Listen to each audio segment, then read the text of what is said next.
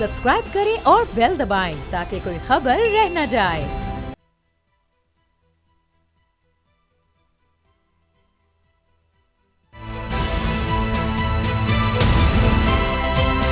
अब पता चला। बिस्मिल्लाहिर्रहमानिर्रहीम, अस्सलाम वालेकुम। मैं हूं मोहम्मद उसामा गाजी और आप देख रहे हैं अब पता चला। खबर यह है कि ये जो निगरान हुकूमत है ये सिर्फ नाम की निगरान है, असल में नून लीग अब भी हुक्मरान है। ये मैं नहीं कह रहा बल्कि नून लीग की अहम इत्तेहादी पीपल्स पार्टी कह रही है और मुसलसल कह रही है। पहले बिलावल भुट्टो ने नून लीग से लेवल प्लेइंग फील्ड देने का मुतालबा किया और आज यही मुतालबा साबिक अपोजिशन लीडर खुर्शीद शाह ने भी दोहरा दिया। शाह जी का कहना है कि ये निगरान नहीं मुस्लिम लीग नून की हुकूमत है, तो हम इनसे ही शिकायत करेंगे कि हमें लेवल प्लेइंग फील्ड दें, क्योंकि विफाकी हुकूमत में इस वक्त मुस्लिम लीग नून के बहुत से अहम लोग शामिल हैं। यही नहीं, खुर्शीद शाह ने तो काबीना और ब्यूरोक्रेसी में अहम ओहदों पर मौजूद नून लीग के लोगों के नाम तक बता दिए। पीपल्स पार्टी का शिकवा यह भी है कि इसीलिए सिंध में मंजूर शुदा तरक्याती स्कीमों की मंजूरी भी नहीं दी जा रही। सिंध में तरक्की नहीं हो रही, लेकिन पंजाब में धड़ाधड़ काम चल रहा है और कोई रुकावट नहीं है। दोनों जमातों में इस मामले को लेकर क्या शिकवा जवाब शिकवा चल रहा है, जरा सुन भी लें। ये फ्रेंडली फायरिंग हो रही है या पीपल्स पार्टी नून लीग को मिलने वाले डील पैकेज का पोल खोल रही है, इसका पता जल्द चल जाएगा। लेकिन सियासत से हटकर अदालत पर भी सबकी नजरें लगी हैं, जहां चीफ जस्टिस की तब्दीली के बाद निज़ाम इंसाफ में बेहतरी की उम्मीदें लगी हैं, जबकि नैब तरामीम पर सुप्रीम कोर्ट के फैसले के बाद सियासत में एक बार फिर खलबली मच गई है, क्योंकि नैब ने बड़े बड़े सियासतदानों के 80 से ज्यादा करप्शन केसेस एक बार फिर खोल दिए हैं। इसके असरात क्या हो सकते हैं और सुप्रीम कोर्ट में चीफ जस्टिस की तब्दीली के बाद निज़ाम इंसाफ में क्या तब्दीली आ सकती है, इसी से आगाज़ करेंगे। हसन रज़ा पाशा साहब ने हमें ज्वाइन किया है, चेयरमैन पाकिस्तान बार काउंसिल है। मुज़म्मिल शाह भी मेरे साथ हैं। हसन रज़ा पाशा साहब, ये फरमाइएगा कि मुलाकात में क्या चीज़ें तय हुई हैं? आपसे तजावीज़ भी मांगी हैं चीफ जस्टिस साहब ने कि किस तरह से ये जो पेंडेंसी है उसको ख़त्म किया जा सकता है, तो क्या देख रहे हैं आप? आने वाले दिनों में हम क्या कोई बेहतरी देखेंगे? जी, सबसे बड़ी टास्क जो इस वक्त है वो पेंडेंसी है और फिक्सेशन ऑफ केसेस है, जो कि आपको पता है कि इंसाफ के असूल में बहुत बड़ी रुकावट है। तो कई साल से केसेस पेंडिंग चले आ रहे हैं, फिक्स नहीं हुए। अर्जेंट नवीट के केस फिक्स नहीं होते। तो मोहतरम चीफ जस्टिस साहब ने सबसे पहला जो काम किया वो इस हवाले से बार काउंसिल और बार एसोसिएशन, जो कि डायरेक्टली कंसर्न है सुप्रीम कोर्ट ऑफ पाकिस्तान की वर्किंग के हवाले से, उनको उनकी इलेक्टेड बॉडीज़ को बुलाया। बार काउंसिल के तमाम मेंबर्स मौजूद थे, सुप्रीम कोर्ट बार एसोसिएशन के तमाम एग्जीक्यूटिव कमेटी के मेंबर्स मौजूद थे और तजावीज़ हमसे ली और उन्होंने इत्तफाक किया। बहुत ज़्यादा जो मेजॉरिटी जो तजावीज़ थी हमारी उनसे, और एक कमेटी ऑलरेडी बनी हुई है जजेस साहिबान की सुप्रीम कोर्ट रूल्स के मुताबिक इस हवाले से। तो उसमें ये तय पाया कि वो कमेटी की मीटिंग बहुत जल्द होगी और एक नुमाइंदा पाकिस्तान बार काउंसिल का और एक सुप्रीम कोर्ट बार एसोसिएशन का, वो उसमें शामिल होंगे और इन तजावीज़ को अमली शक्ल देंगे और पॉलिसी और मैकेनिज्म बनाया जाएगा, ताकि ये जो पब्लिक एट लार्ज के लिए, लिटिगेंट्स के लिए जो भी सहूलत हो सके वो उसको। पाशा साहब, 90 दिन के अंदर इलेक्शन आपकी डिमांड है, उस पर कोई बात हुई? लापता अफराद के हवाले से कोई बात हुई? इंसानी हुकूक की पामाली की कोई बात हुई? नहीं, क्योंकि ये 1 पॉइंट एजेंडा था सुप्रीम कोर्ट की वर्किंग के हवाले से, तो कोई और पॉलिटिकल बात नहीं हुई, ना ही कोई मिसिंग पर्संस के हवाले से, क्योंकि ये हमारे एजेंडे का हिस्सा नहीं था। सबसे पहले तो ये चीज़ देखनी है कि केस कैसे लगे और किस तरह उनके फैसले हों, ये इम्पोर्टेंट चीज़ है। वो कैटेगराइज करेंगे, कैटेगरीज बनेंगी कि किस तरह वो होना है, बेल एप्लीकेशंस को, स्टे मैटर्स को, सस्पेंशन ऑफ सेंटेंस के केसेस, डेथ सेंटेंस वाले जो डेथ सेल में लोग होते हैं उन हवाले से। तो ये बड़ा एक ना बहुत वसी कैनवस के था। जो डिटिगिटी है वो उस हवाले से हमने डिस्कस नहीं किया और ना 57,000 केसेस हैं, इनको किस तरह से बेहतर किया जा सकता है, किस तरह से जा सकता है। बाकी भी आईनी मामलात क्या हैं, ह्यूमन राइट्स का क्या इशू है, क्या आइन पर अमल नहीं हो रहा, वो अभी नहीं उस पर बात हुई, ये एजेंडा ही नहीं था। वो जब कैटेगरीज बनेंगी उस कमेटी में तो वो फिर सारी चीजें आ जाएंगी। बिल्कुल सही। अच्छा मुजम्मिल, आपके ख्याल से जो नैब केसेस वाला मामला है इसका क्या बनेगा? पाशा साहब साथ रहिएगा, इस पर मैंने आपकी राय भी जाननी है। लेकिन ये 80 मुकदमात कहा जा रहा है कि पहले फेज में खुले हैं मुजम्मिल, और इसमें अभी नवाज शरीफ साहब वापस नहीं आए, उनका भी तोशा खाना केस है, यूसुफ गिलानी साहब वो गाड़ियाँ दे देना, आसिफ अली जरदारी साहब, दीगर बहुत से लोग हैं, उनके केसेस अब खुल रहे हैं और नैब ने इस हवाले से बता भी दिया है। तो इससे कोई आप सियासत में देख रहे हैं मामला, या सुप्रीम कोर्ट में दोबारा मामला आता देख रहे हैं आप मुजम्मिल? देखें, इसमें यही है कि हमने तो पहले ही कहा था नैब की जो कार्रवाइयाँ हैं वो तेज़ हो सकती हैं, और अभी 1-2 गिरफ्तारियां जो हैं वो हुई भी हैं। लेकिन इसके अलावा जो केसेस रीओपन किए जा रहे हैं वो बेसिकली जो लेजिस्लेशन क्वाश हुई है उसके बाद ये इम्पैक्ट तो आना था। अब नैब क्या करती है इसका सारा दारोमदार निगरान हुकूमत में बैठे हुए लोग और साथ साथ जो उनके पीछे माइंड्स हैं उन पे मुनहसर है। अब जो है वो सूटेबल होगा ऑब्वियसली उसके लिए इतनी मुश्किल नहीं होगी, लेकिन बेसिकली मियां नवाज शरीफ साहब की वापसी के ऐलान के बाद दूसरी जानिब ये देख रहे हैं हम कि नैब की जो केसेस के हवाले से तफसील है वो कोर्ट्स में पेश की जाएगी। इसके अलावा आज जिस तरह से आपने कहा कि मुकदमात की बहाली हो गई है, तो मुझे तो ये बिल्कुल मुख्तलिफ और मुतज़ाद सूरत हाल दिखाई देती है कि एक तरफ मरीम साहिबा आज फरमा रही हैं कि 21 अक्टूबर को वो वापस आएंगे और दोबारा से एक नए दौर का आगाज़ होगा पाकिस्तान में जमहूरियत का, तो दूसरी जानिब जो है वो नैब उन्हीं के केसेस खोलने की बात भी कर रहा है। तो मुझे ये लगता है कि ये जो तलवार है सर पे लटकती रहेगी, बेशक वो PMLN हो, पीपल्स पार्टी हो। और इसके साथ साथ जिस तरह से ख्वाजा आसिफ साहब ने कहा कि अभी तो फील्ड जो है वो तैयार ही नहीं हुआ, तो लेवल प्लेइंग फील्ड कहाँ से ले आए हैं? तो मसला यही है कि फील्ड तैयार होने से पहले ये चीजें हमेशा हम देखते हैं कि जो है वो अगर मैं कहूँ कि सबको अपनी औकात में रहना होगा, ये एक पैगाम है, आप क्या समझते हैं? मैं सही कह रहा हूँ या गलत? बिल्कुल बार्गेनिंग चिप क्रिएट हो जाती है ना। मुझे अगर मालूम है कि मेरे खिलाफ रेफरेंस आया हुआ है तो ऑब्वियसली मेरी वो टोन तो नहीं होगी जो एक इंडिपेंडेंट पॉलिटिशियन की होती है, जिसको खतरा नहीं होता, जिसको ये पता होता है कि मेरे अगेंस्ट कोई केस या पॉलिटिकल विच हंटिंग नहीं हो सकती। तो ऑब्वियसली यहाँ पर पाकिस्तान की एक पूरी तारीख है, नैब की एक पूरी तारीख है, जिसमें बड़े बड़े सियासी लीडर जलसों में ऐलान करते थे अगले हफ्ते वो गिरफ्तार हो जाएगा, अगले हफ्ते वो पकड़ा जाएगा। तो ये इम्पार्शियलिटी नैब की हमेशा से क्वेश्चनेबल रही है, इस बार भी क्वेश्चनेबल रहेगी, इस बार भी सेलेक्टिव। और उसकी वजह यही है कि सुप्रीम कोर्ट अगर इंटरवीन की है इसमें तो फिर कुछ शायद उम्मीद हो, अदरवाइज पॉलिटिशियंस के लिए बुरी खबर है। अच्छा पाशा साहब, आप क्या कहते हैं? 80 केसेस जनाब दोबारा खुल गए? केसेस खुल गए और मेरा ख्याल है कि अब उनमें वो ताकत नहीं रही जो पहले थी। और इसमें एक अहम चीज़ जो बहुत ज़रूरी थी जिसको कंसिडर नहीं किया गया वो यकीनन वो है कि जो पॉलिटिकल इंजीनियरिंग के लिए इस्तेमाल किए जाते रहे हैं, और आपको पता है कि ये चीज़ें अपनी तौर पे सुप्रीम कोर्ट के कई मुअज़्ज़ज़ बेंचेस जो हैं वो इस चीज़ का इयादा कर चुके हैं कि आखिर क्यों इसको इस्तेमाल किया जाता है पॉलिटिकल इंजीनियरिंग के लिए। तो ये सारी चीज़ें भी देखनी पड़ेंगी, और वक्त ने भी साबित किया कि ये मामलात इस तरह आए हैं कि वफादारियाँ तब्दील करने के लिए सियासतदानों को बदनाम किया गया। अब देखिए मियाँ नवाज शरीफ के मतलब सारे कह रहे हैं कि वो आना चाहते हैं, वो आए हैं, लेकिन देखना ये है कि एक शख्स जो कि 3 दफ़ा प्राइम मिनिस्टर रहा है और वो मुल्क में वापस आना चाहता है तो क्यों नहीं आने दिया जा रहा? आए, हाँ वो आएंगे तो law will take its own course, कानून अपना रास्ता लेगा। जमील, उस पर आपका टेक नहीं आया, आपका ओपिनियन कि ये जो हमने देखा बड़ी अच्छी कोशिश है, नए चीफ जस्टिस आए हैं, वो कह रहे हैं जी हज़ारों केसेस पड़े हुए हैं और उनको जितनी जल्दी हो सके हम निपटाएं, क्योंकि इससे पहले हम देख रहे थे काजी फाइज साहब केसेस भी नहीं सुन रहे थे शायद 2-3 महीने से कम से कम, तो अब उसमें भी तेज़ी तो आएगी। लेकिन जो आइनी मामलात हैं वो फिर कहाँ जाएंगे? ये ज़ाहिर है कि एक जो बुनियादी चीज़ है कि आम आदमी को इंसाफ मिले, लेकिन आइन का क्या होगा? 90 दिन के इलेक्शंस का क्या होगा? बुनियादी इंसानी हुकूक का या जो लापता अफराद हो रहे हैं उनका क्या होगा? वो अभी, यानी वो अंग्रेज़ी में कहते हैं दे कैन वेट, वो अभी मामला जो है थोड़ा पीछे ले जाए जा सकते हैं कि पहले इसको देख लिया जाए, या वो भी अर्जेंट है? मेरा ख्याल है कि सर पाशा साहब एक सेकंड, मैं जी सर मैं आपकी तरफ भी आता हूँ। जी मुजम्मिल बताइएगा।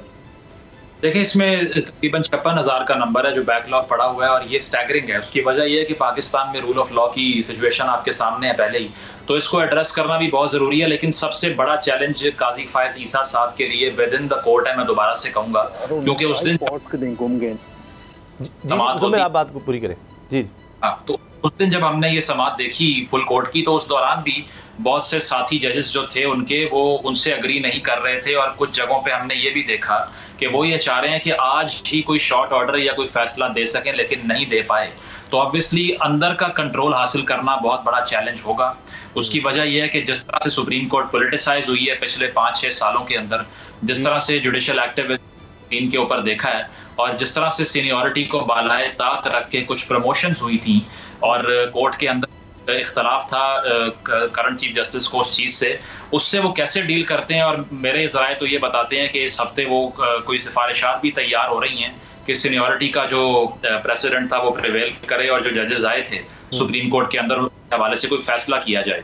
तो काजी साहब के लिए से मुतल्लिक केसेस सुनना या फिर ये तमाम केसेस को निपटाना जो बैकलॉग में है, ये बाद में, सबसे पहले जो विद इन द हाउस, वो कहते हैं ना कि हाउस इन ऑर्डर लाना पड़ेगा, और वो आए बगैर आप ये एक्सपेक्ट नहीं कर सकते कोर्ट परफॉर्म करेगी, क्योंकि अंदर से पोलराइज अच्छा जेस्चर वो आपकी जो रोस्टर बना रहे हैं उसमें वो जजेस रख रहे हैं जो कि वैसे ओपनली उनसे इख्तलाफ रखते हैं, जो कि अच्छा जेस्चर है, लेकिन फिर भी उनके लिए बड़ा चैलेंज जो है विद इन द कोर्ट्स है। और तो पाशा साहब, इसका क्या होगा? क्या इस तरह हो सकता है कि सुप्रीम कोर्ट को कुछ जजेस को वापस भेज दिया जाए, और उसमें तो पूरी मुशावरत हो चुकी है, नोटिफिकेशन आ चुके हैं, क्या सुप्रीम कोर्ट कोई फैसला सुनाएगी, उस पर बेंच किस तरह बनाएगी? तो एक नई कंट्रोवर्सी हो सकती है जिसका मुज़म्मिल ने जिक्र किया। और दूसरा ये कि जो हुक्मनामा सामने आया, तहरीर हुक्मनामा 3 सफ़ात का, जो पहली हियरिंग हुई है फुल कोर्ट, उसमें स्टे ऑर्डर खारिज करने का भी कोई जिक्र नहीं है, जो स्टे दिया गया था इस प्रैक्टिस एंड प्रोसीजर ऑर्डर के खिलाफ। जी, स्टे ऑर्डर खारिज करने का ना तो इंडिया दिया गया था और ना खारिज किया गया। हम वहाँ मौजूद थे। वो एक ऐसा इंटरम अरेंजमेंट किया गया ताकि केस की समाअत, बाकी जो केसेस हैं रेगुलर केसेस, उनकी समाअत हो सके। क्योंकि जस्टिस काजी फाइज साहब, आपको पता है कि जब ये कानून बना उस वक्त से लेके चीफ जस्टिस का हलफ लेने तक किसी बेंच का हिस्सा नहीं बने, और वो ये समझते हैं कि जब कानून आ गया है तो मुझे किसी ऐसे बेंच का हिस्सा नहीं बनना चाहिए जो कि उस कमेटी ने ना बनाया।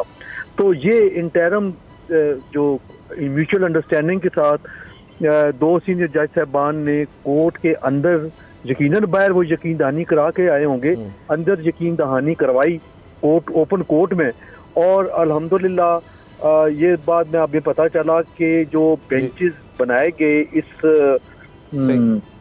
इसके लिए, वो मुत्तफिका तीनों ने, यानी अक्सरियत राय से नहीं फैसला हुआ, मुत्तफिका तीनों मुअज़्ज़ज़ जज साहबान ने वो बनाए, जिस पे तीनों के सिग्नेचर्स हैं। सर, बंदयाल साहब के दौर में भी तकरीबन कमोबेश यही बेंचेस थे, कोई ज्यादा फर्क नहीं हुआ।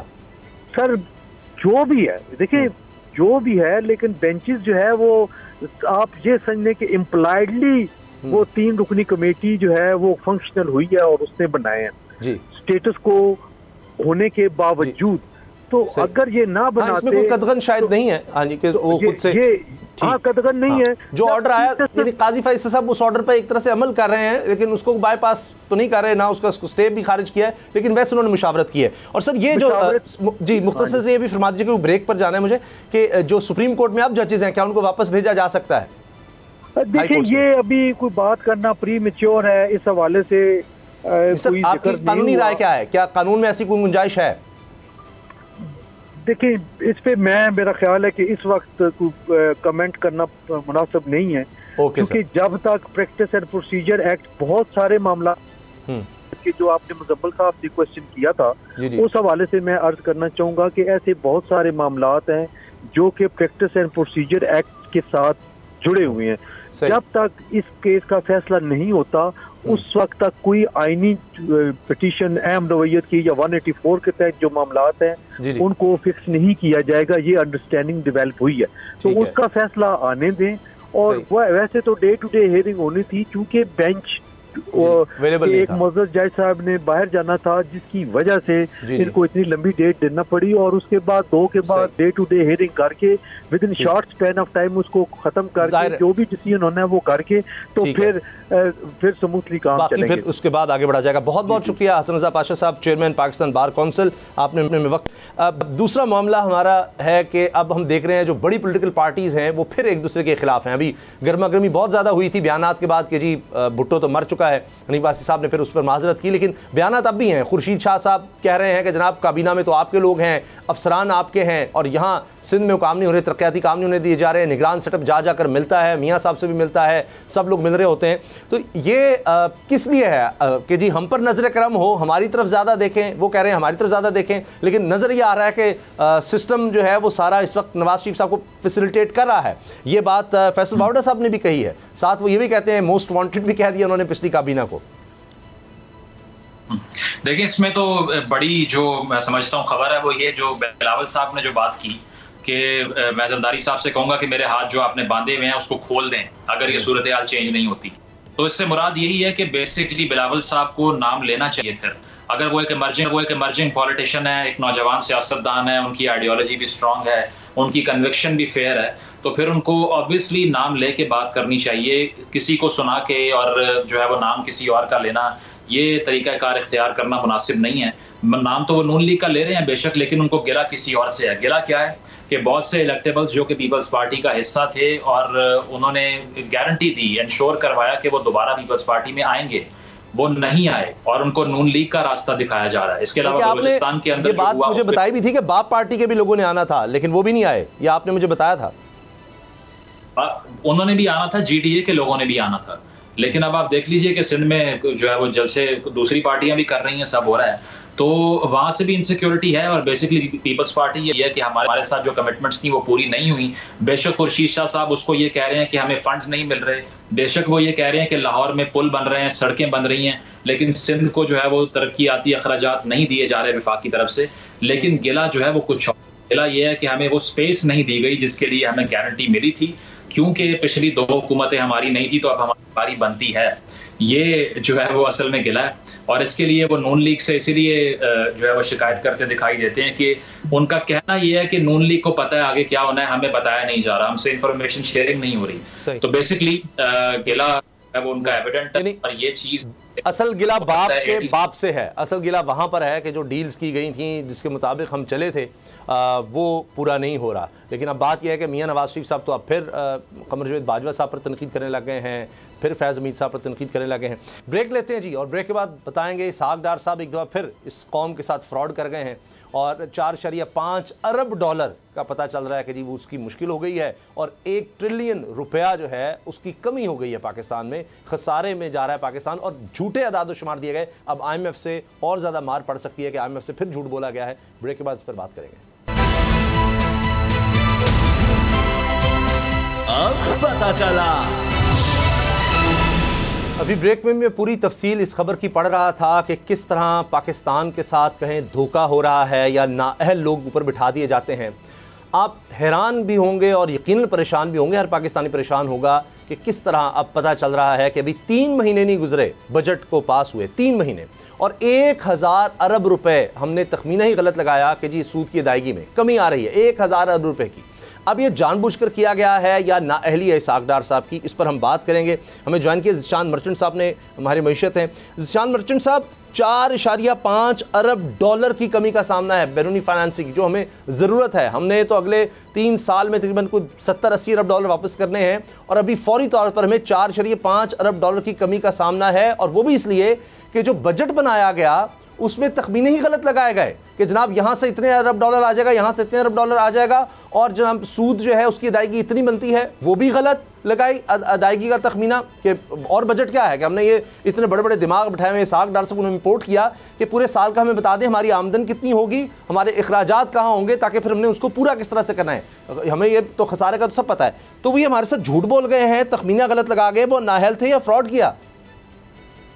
देखें, तखमीना तो बिल्कुल सही था, क्योंकि हमें ये पता था कि जुलाई से लेकर दिसंबर तक जो है वो पाकिस्तान को 6 अरब डॉलर वापस करने हैं, यानी इसमें रोल ओवर्स के अलावा ये तो वापस करने थे। जिसमें से 1.5 अरब हमने वापस कर दिया है।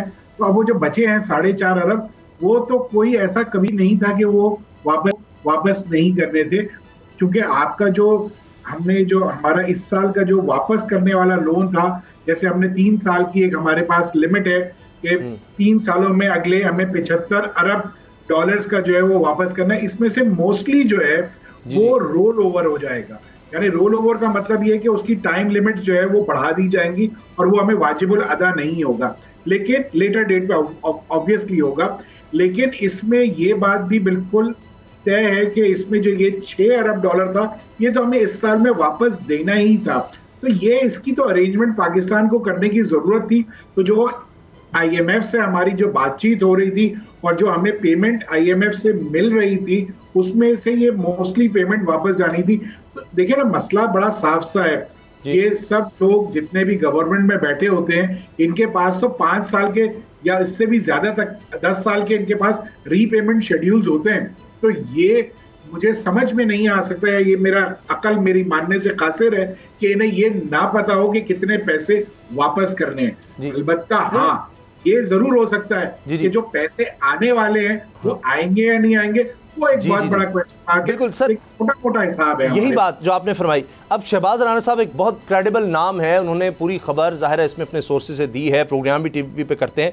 उन्होंने ये ट्रिब्यून में खबर लगी है कि uh nearly 4.5 billion hole has surfaced in Pakistan external financing plan and its budgetary में also overshoot by another 1 trillion rupees. यानी ये इन्होंने जो सोचा हमें यूरो बॉन्ड्स इतने आ जाएंगे, हमें जनाब कमर्शियल बैंक्स जो इंटरनेशनल वो इतने दे देंगे 4.5 अरब डॉलर, वो हमें कमी का सामना है कि यहाँ से आ जाएंगे। तखमीना आप दुरुस्त फरमा रहे हैं, कहा जी हमें इतनी फाइनेंसिंग का गैप है कि हमें ज़रूरत है इतने डॉलर्स की, लेकिन आएंगे इस तरह से, उसमें उनसे गलती हुई है, वो वहाँ से आते नज़र नहीं आ रहे। अब देखिए, एस्टिमेशंस तो जब भी लगाए जाते हैं वो जरूरी नहीं है कि वो मिल जाए हमें। एस्टिमेशंस के साथ सबसे बड़ा मसला ही ये है कि हम ये कहते हैं कि जैसे 30 अरब डॉलर की हमें फॉरेन रेमिटेंस आ जाएगी, 35 अरब डॉलर की हमारी एक्सपोर्ट हो जाएगी और हम 70 अरब डॉलर से कम की जो है इंपोर्ट करेंगे। ये सारे हमारी एस्टिमेशंस होती हैं, यानी आप रेमिटेंस अगर कोई बाहर से पैसा पाकिस्तान ना भेजे तो जितनी भी आपने एस्टिमेशन लगाई है वो गलत हो गई। अगर आपकी एक्सपोर्ट, जैसे एक्सपोर्ट आपकी कम हो रही है जिस तनासुब से, तो जो आपने एक्सपोर्ट का जो सोच के रखा हुआ है कि 30 अरब प्लस या 30 अरब के करीब आप एक्सपोर्ट में आपको डॉलर्स आ जाएंगे, वो गलत हो जाएगा। अभी मैं आज देख रहा था कि ADB ने जो रिपोर्ट दी हुई है वो कहता है कि पाकिस्तान की जो अगले साल में, यानी जो इस माली साल में हमारी ग्रोथ रेट का अंदाजा लगाया है वो 1.9% है। तो सवाल ये पैदा होता है कि 1.9% के हिसाब से हमारी अगर ग्रोथ होनी है तो हम कैसे जो है ये जो टैक्सेस का टारगेट है वो पूरा करेंगे, या हम कैसे जो है वो पाकिस्तान में बहुत ज्यादा एक्सपोर्ट कर लेंगे। अब कुछ दिनों से जो है वो डॉलर बाबू जो है वो थोड़ा सा कंट्रोल में आना शुरू है, वरना तो पहले वो भी बेलगाम भाग रहे थे और भागे चले जा रहे थे। तो हमारे तो सारे balance of payments he out हो गए थे, हमारे तो सारे जो एस्टिमेट्स थे वो ही सारे आउट हो गए थे, क्योंकि हमने जो वर्किंग की हुई थी डॉलर की वो 300 रुपए के हिसाब से करके रखी थी, या उससे भी थोड़ी सी कम करके रखी हुई थी, क्योंकि जब ये बजट बनता है तो ये डॉलर बेस्ड वैल्यू में बनता है। हम प्रोजेक्ट करते हैं कि हमारा इतना डॉलर रहेगा, पाकिस्तान का रुपी पैरिटी जो है डॉलर के साथ इतना रहेगा, और उसकी बेसिस पे जो है ये सारे बजट्स बनाए जाते हैं, ये सारे एस्टिमेट्स किए जाते हैं। लेकिन यकीनन आपने पिछले कुछ अरसे में देखा होगा कि ये डॉलर जो है वो बेकाबू हो गए। ओपन मार्केट में तो 350 रुपए का भी नहीं मिल रहा था। अब कुछ दिनों से ऐसा लग रहा है कि एक प्रॉपर इसके पीछे क्रैकडाउन हो रहा है, और जिसकी वजह से इंटरबैंक में भी डॉलर अब 295 रुपए से कम हो गया और ओपन मार्केट में भी करीब हो गया। तो ये एक गुड साइन है पाकिस्तान के लिए। ये बताइएगा, अब ये भी कहा जा रहा है, शहबाज राना साहब ने लिखा है कि जी 3 माह बाद ही हमारा बजट जो है वो लगा के ठीक नहीं, उसके मुताबिक हम चल पा रहे। तो IMF से अब मुश्किलात हो सकती हैं आगे जो 3 अरब डॉलर का प्रोग्राम है उसमें, इस पर फरमाइएगा। और पहले ये बता दें, ये डॉलर जो आपने बात की, क्या ये सस्टेनेबल भी है ये 300 से नीचे, या आपको लग रहा है कि रुकेगा? कोई अभी हमें बाहर से कोई ना तो एक्सपोर्ट उस तरह से आ रही है, रेमिटेंसेस में कोई ऐसा इजाफा नहीं है, ना ही बाहर से हमें कोई उस तरह का अभी लोन आ रहा है। देखिए, ये अगर आपको याद हो, जब बजट पे हम प्रोग्राम्स कर रहे थे तो उसी वक्त हमारे डिस्कशंस में ये बात हुई थी और हमने ये कहा था कि ये जो बजट बनाया गया है ये अनरियलिस्टिक बजट है और हमें बहुत ही जल्दी जो है या तो कोई नया मिनी बजट लाना पड़ेगा या हमें कोई और अपने एस्टिमेशंस के चेंज करने पड़ेंगे या कहीं और से पैसा लाना पड़ेगा, क्योंकि वो उस वक्त भी हमारे हिसाब से अनरियलिस्टिक बजट था। जो ग्रोथ के टारगेट्स थे वो ठीक नहीं थे, जो इन्फ्लेशन के टारगेट थे वो ठीक नहीं थे, जो हमारी रेवेन्यूज के टारगेट थे वो भी ठीक नहीं थे। अब मसला ये है कि हम तो बड़े मुश्किल में डे 1 से थे। हमने तो डे 1 से जो बजट बनाया था उसमें हमारी 7 अरब रुपए का तो खसारा था, 7,000 अरब रुपए का तो खसारा था। वो तो हमने वैसे ही सारा का सारा बैंक से फाइनेंस करना था। तो जब एक मुल्क का बजट बने ही खसारे पे, तो आप उसमें जितने सुनहरी ख्वाब दिखा लें और अगर वो पूरे ना हो तो वो तो परेशानी होती है। जहां तक आपने बात की है कि डॉलर जो है वो सस्टेनेबल रहेगा या नहीं रहेगा, देखिए एक चीज जो अब अच्छी होती हुई महसूस हो रही है वो ये हो रही है कि उन लोगों के खिलाफ एक क्रैक डाउन करने का मुसम्मम इरादा कर लिया है गवर्नमेंट ऑफ पाकिस्तान ने, कि जो डॉलर को होल्ड कर रहे हैं अपने पास या जिन्होंने डॉलर्स को अपने पास इलीगली स्टोर करके रखा हुआ है फॉर प्रॉफिट मेकिंग, उसके ऊपर प्रेशर की वजह से आप ये देख रहे हैं कि ये डॉलर बड़ी तेजी से जो है वो आपने देखा कि 307 इंटरबैंक से ये आज 294-95 रुपए के करीब है। तो इसका मतलब है 12-13 रुपए इस पे कम हो जाना, और जो ओपन मार्केट और इंटरबैंक का रेट जो एक वक्त 25 रुपए के डिफरेंस से चल रहा था, आज वो भी 1.5-2 रुपए के उसमें आ जाना, तो ये एक गुड साइन है। ये एक बड़ी अचीवमेंट है। अरसे तक रहती है, ये देखना पड़ेगा। अगर तो इसी तरीके से हम एक कंसिडर्ड तरीके से चलते रहें और एक प्रॉपर तरीके से ये होर्डिंग के खिलाफ क्रैकडाउन होता है, और जब एक्सचेंज कंपनीज को, जैसे स्टेट बैंक ने भी कहा है कि आप ये एक बैंक्स जो है वो एक्सचेंज कंपनीज बनाएंगी और ये जितनी भी कंपनीज हैं इनको खत्म कर दिया जाएगा और अब सिर्फ एक कंपनीज काम करेंगी जिसका पेड अप कैपिटल जो है वही 500 होगा, और उसकी वजह से आप ये देखेंगे कि ये नए नए बैंक्स जो हैं वो एक्सचेंज कंपनीज खोलेंगे और ये डिजिटाइजेशन और डॉक्यूमेंटेशन की तरफ एक स्टेप है जो कि अच्छा है, और इससे एक बड़ा मसला तो हमारा इससे हल होगा। लेकिन जो आपने मिनी बजट की बात की वो तो सर हम रोज देख रहे हैं। फिर खबर है जी बिजली से कुछ 30 अरब रुपया मजीद इकट्ठा करना है हमने। पेट्रोल हम देख रहे हैं महंगे से महंगा हो रहा है, उसमें भी टैक्स बढ़ रहा है। गैस अभी IMF कह रहा है जी आप 45% और बढ़ाएं। पंजाब की अगर बात करें, सबसे आबादी के लिहाज से बड़ा सूबा, तो कूड़ा करकट उठाने के लिए 200 रुपये से लेकर 2 लाख रुपए तक टैक्स जो है उसका कहा जा रहा है जी हर किसी से, यानी 2 लाख जो बड़े बड़े होटल्स हैं उनसे, और आम जो घर है वो 200 से लेकर 2000 रुपये तक, यानी हर चीज़ पर तो टैक्स बढ़ता चला जा रहा है। लेकिन इससे हम देख रहे हैं कि महंगाई नहीं कंट्रोल हो रही या कोई लोगों को उस तरह से सब्सिडी फिर भी नहीं दी जा रही, टैक्स तो बढ़ रहे हैं। देखिए, ये तो एक IMF की पहली कंडीशन है कि हमें सब्सिडीज को खत्म करना पड़ेगा, और सब्सिडीज को खत्म करने का मकसद ये है कि जो भी मराद अगर दी जा रही थी किसी भी सेक्टर को, उन्हें खत्म करना होगा। सब्सिडी खत्म करने से कॉस्ट यकीनन बढ़ेगी, प्राइसेस यकीनन बढ़ेगी, लेकिन इन बढ़ती हुई प्राइसेस को रोकने का जो एक तरीका समझ में आता है कि गवर्नमेंट को अपने खर्चों को कंट्रोल करना पड़ेगा। गवर्नमेंट को जो अपने ये जो बड़े बड़े ये जो एंटोराज लेके गाड़ियों के ट्रूप्स निकलते हैं उसको खत्म करना पड़ेगा। गवर्नमेंट के जो बड़ी बड़ी 3-3 हजार सीसीज की गाड़ियों में ये लोग घूमते हैं, इन्हें ये खत्म करना पड़ेगा। पाकिस्तान कोई अमीर मुल्क नहीं है जनाब, पाकिस्तान जो है एक बहुत ही गरीब मुल्क है, हम कर्जों में घिरे हुए हैं। तो ये जो शाहाना खर्चे हम करते हैं, ये जो बड़े बड़े इंटोराज लेके हम पाकिस्तान बात ये बात जब हम सवाल करते हैं हुकूमत के लोगों से, तो वो कहते हैं जी इससे इतना फर्क नहीं पड़ जाएगा। 20 अरब रुपए की अगर हम बिजली किसी को दे रहे हैं, वो कहते हैं जी इससे क्या फर्क पड़ जाएगा। अभी वज़ीर आज़म ने वापस ले लिया, कोई उन्होंने कहा किसी की बिजली मुफ्त वापस नहीं ली जाएगी सर। और 1000 अरब रुपये आपने सूद की जो अदायगी का कमी का तखमीना है, अब उस पर मीटिंग हुई है, उस पर मीटिंग हुई है और उस पर वो मीटिंग करके कह रहे हैं कि अच्छा 1000 रुपये हमने कहीं से इकट्ठा करना है, तो वो यही करेंगे, वो टैक्स तो आम आदमी पर लगाएंगे, अपने तो नहीं खर्चे कम करने वाले। देखिए, जब तक ये गवर्नमेंट अपने खर्चे कम नहीं करेगी तब तक आम आदमी को रिलीफ नहीं मिलेगा। आप इस बात का अंदाजा लगा लें कि जो बड़ी गाड़ियां होती हैं ये 1 लीटर में 4 किलोमीटर चलती हैं। और हमारे पास तो माशाल्लाह, हम चूंकि मेरे ख्याल से हम बहुत अमीर मुल्क हैं, हमारे पास तो बड़ी गाड़ियों की लाइनें लगी हुई हैं जिसमें ये सारे हमारे गवर्नमेंट के लोग घूमते हैं। सर 30-30 गाड़ियां सर चलती हैं साथ, एक नहीं, और 2,000 3,000 सीसी।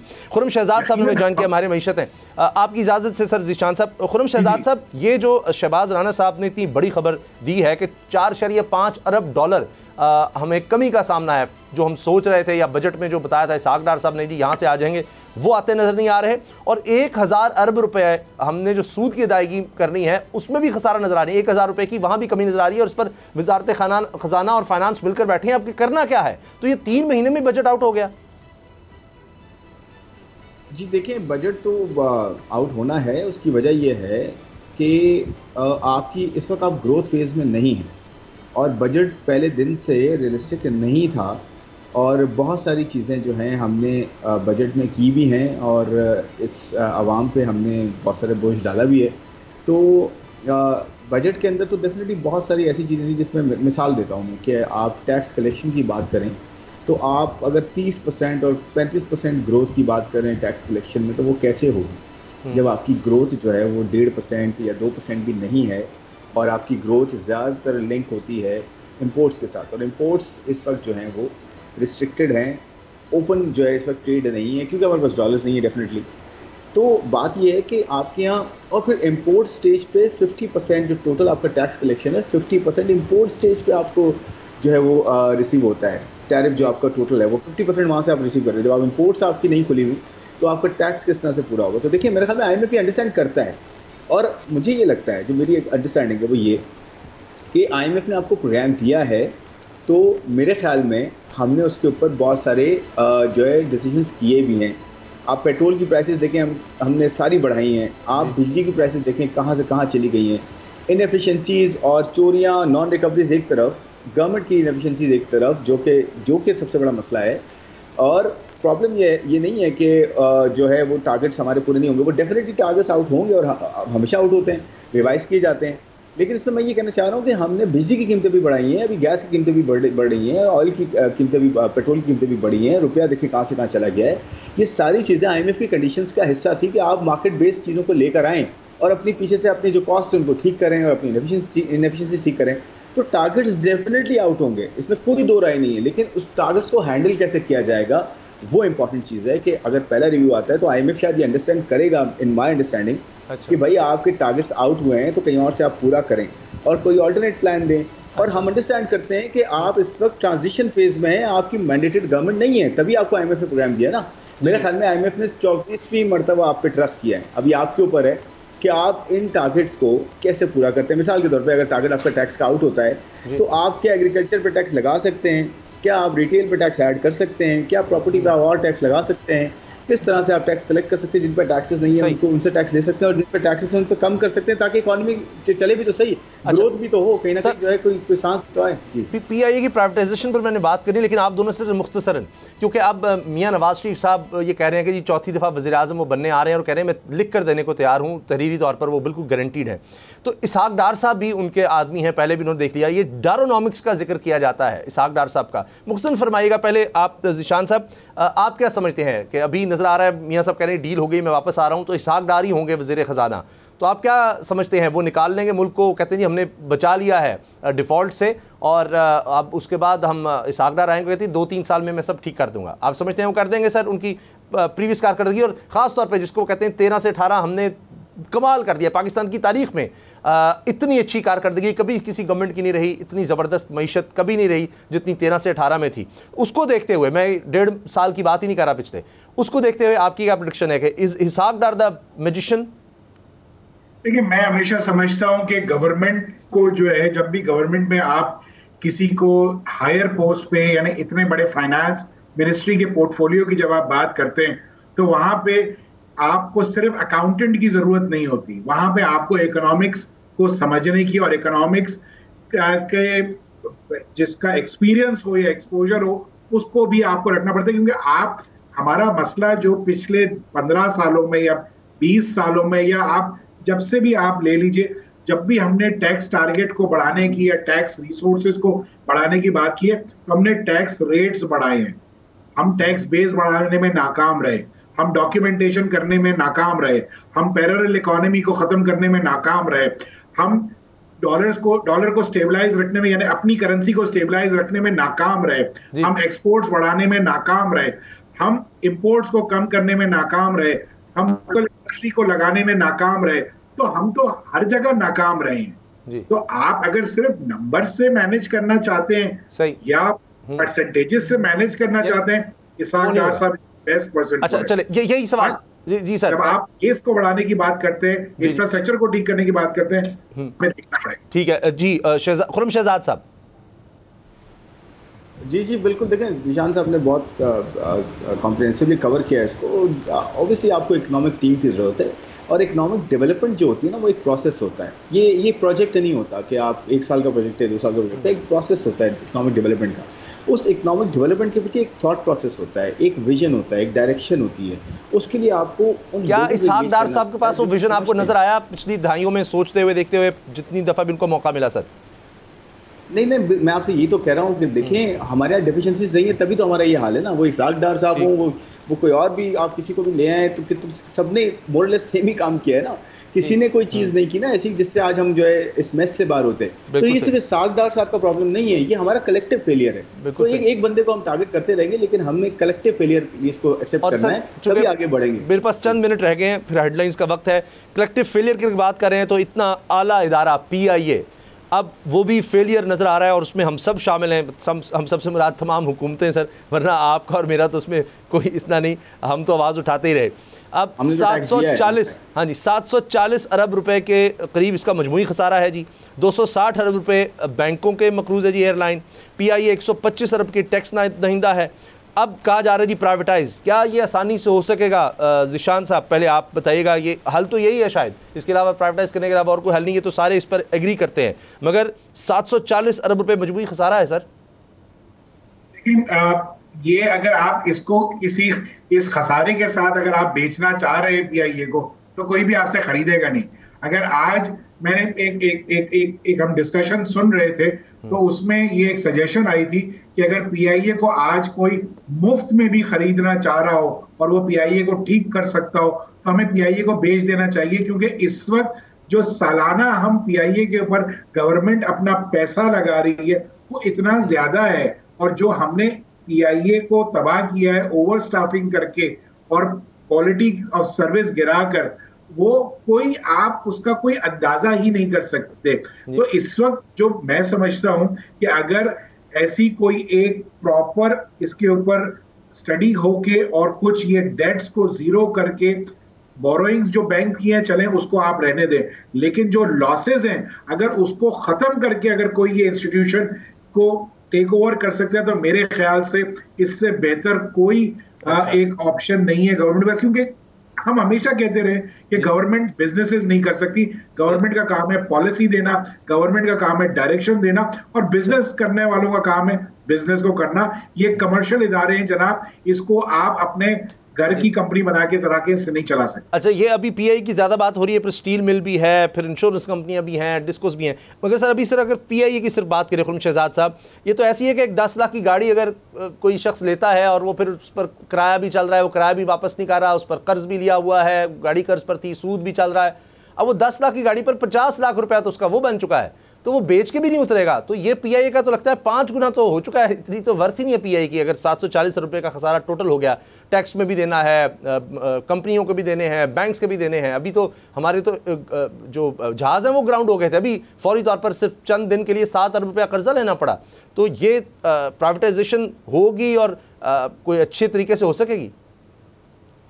देखिए, इसमें 2 चीज़ें हैं। एक तो हमें ये समझने की ज़रूरत है कि जब ओवरऑल इकॉनमी आपकी बैठी हुई हो और उसमें बहुत ज़्यादा अभी काम करने की ज़रूरत हो और बहुत ज़्यादा हमें मेहनत करने की ज़रूरत है, बहुत फंडामेंटल चेंजेस लाने की ज़रूरत है, ओवरऑल एनवायरनमेंट ऐसा क्रिएट करने की ज़रूरत है जहाँ पे कोई इन्वेस्टर आए और यहाँ के इन्वेस्टर्स जो लोकल्स हैं वो भी इन्वेस्ट करें इस इकॉनमी में, और बाहर के इन्वेस्टर्स भी इस इकॉनमी में आए। और बड़ी कंपेटिटिव दुनिया बन चुकी है, आपकी जो नेक्स्ट डोर इकॉनमीज़ हैं वो बड़ी अच्छी मुराद दे रही हैं, बड़ी ग्रो कर रही हैं। तो आपको पहले उस अपने आप को उस प्रोडक्ट को ऑफर करना होगा कि जी देखिए, हम एज अ कंट्री, हमारी ये स्टोरी है, हमारी ये एरियाज़ हैं, तो इन्वेस्टर आएगा, वो पूरा एनवायरनमेंट पहले बेहतर होगा। एक पीआईए की बात नहीं है या पाकिस्तान स्टील मिल की बात नहीं है, और हमेशा हम ये कहते हैं जी प्राइवेटाइजेशन क्यों नहीं होती, क्यों नहीं होती।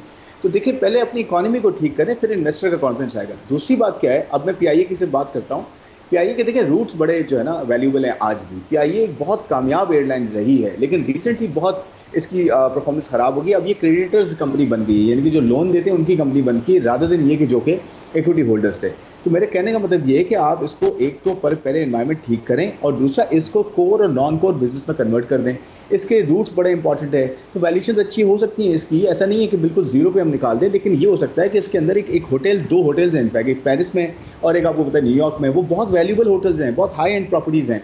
तो उसको मेरे ख्याल में प्रॉपर्ली एक प्रोसेस के थ्रू करके इसको एक पैकेज बना के आपको इन्वेस्टर को देने की जरूरत है। सब कुछ हो सकता है, थोड़ा आपको कहते हैं ना कि वॉक फुटिंग पे करना पड़ेगा, सब कुछ पॉसिबल है, लेकिन पहले एनवायरनमेंट को भी बेहतर करें, फंडामेंटली ठीक करें और इससे सीखे भी कि हम यहाँ तक पहुँचे कैसे। जी, प्राइवेट जो कंपनीज है, प्राइवेट एयरलाइंस वो इतनी अच्छी चल रही हैं, और आज ये है कि जी हम इतने गए हैं कि जो असासे थे वो बेच कर भी हम कह रहे हैं कि जनाब किसी तरह से इसको प्राइवेटाइज किया जाए। और जिस तरह खुरम साहब ने कहा जी पूरा माहौल हमें बेहतर करने की ज़रूरत है, फिर हम ये अपने असासे जो बेचने पर भी लगे हैं कोई बेहतर कीमत पर शायद बेच सकें।